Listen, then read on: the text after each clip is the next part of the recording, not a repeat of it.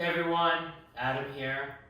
Today I would like to share with you my understanding of this principle called taking your thigh bones back. When I first began yoga about 20 years ago, I heard this ground your femurs. And I really thought it meant like this strong, forceful action of squeezing your thighs and pushing your thigh bones back with a lot of grueling effort.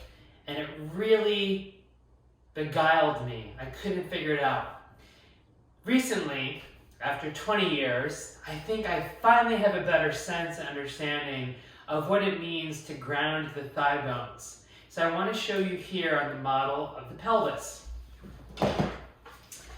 So one thing I'd like you to see, this would be the pelvis sitting in my lap, the anterior view, pubic bone here, femurs here, is that if we disarticulate the femur from what's called the hip socket or the acetabulum, which is comprised of three bones that are fused together that make up the pelvis, the ilium, the pubis, and the ischium, which you might know as the sitting bones.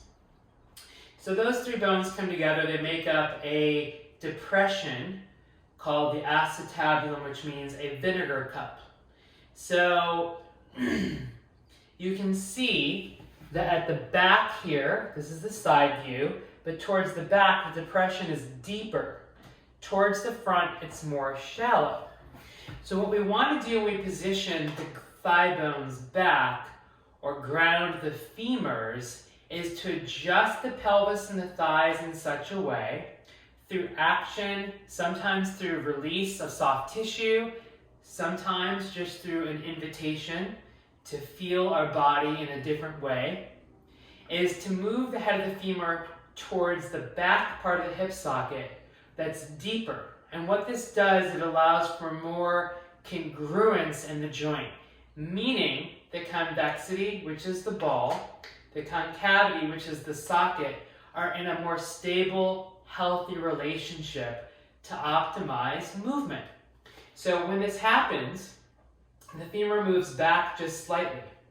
Oftentimes in a standing position, such as Tadasana, mountain pose, when we're upright, due to sitting for long periods of time, our culture in general, many of us have compensatory patterns and muscle imbalance in the front and the back of the hip that usually pushes our center of gravity, our pelvis, forward of the vertical line of gravity.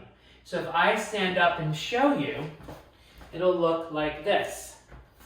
So standing, what might be very common for many of us, left to our automatic patterns, is the feet will more often than not turn out, which will also cause the thigh bones to turn out.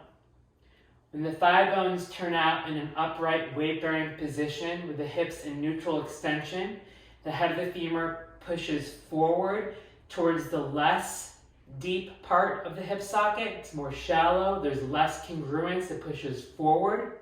And what happens then is we have less stability in the joint, less weight-bearing. These are weight-bearing joints. So when we take the thigh bones back, we always start with the foundation. So one of my teachers, Judith Lassiter, likes the reference of the outer edges of the feet parallel with each other.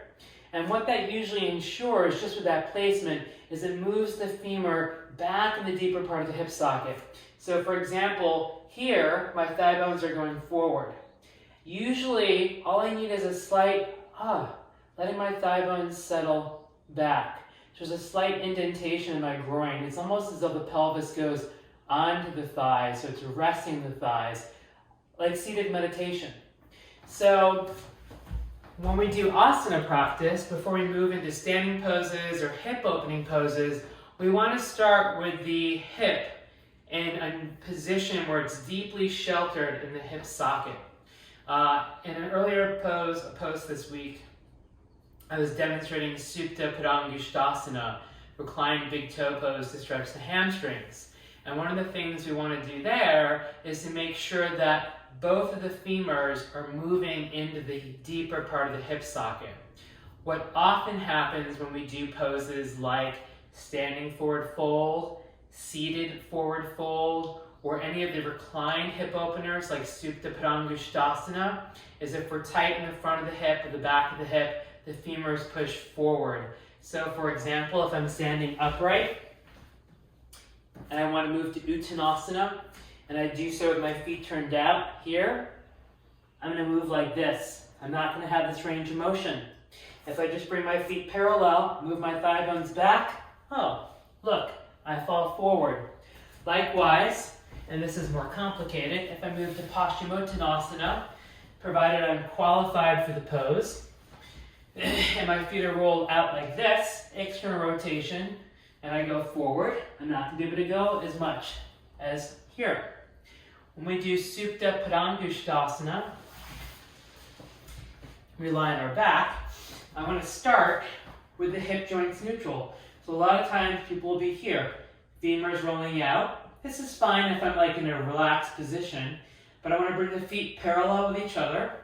I roll the thighs in so my femurs settle back. Then when I bring this thigh up, I want to maintain that on this thigh. It doesn't mean that I have to grip this thigh like gangbusters, but I want to invite this thigh bone to settle down. That also helps to keep a slight curve in my low back. Okay, and then I can take this leg up. I don't really qualify for my big toe. I'm cheating a bit, so I might want to use a belt. But same thing here. If I had a belt, this hip goes here. This descends in the hip. This descends in the hip. So I hope you found that somewhat illuminating. Stay tuned for more videos. And bear with me as this is a learning process of promoting myself on YouTube and Instagram. So I appreciate those of you that have supported me with some positive feedback. Thank you so much.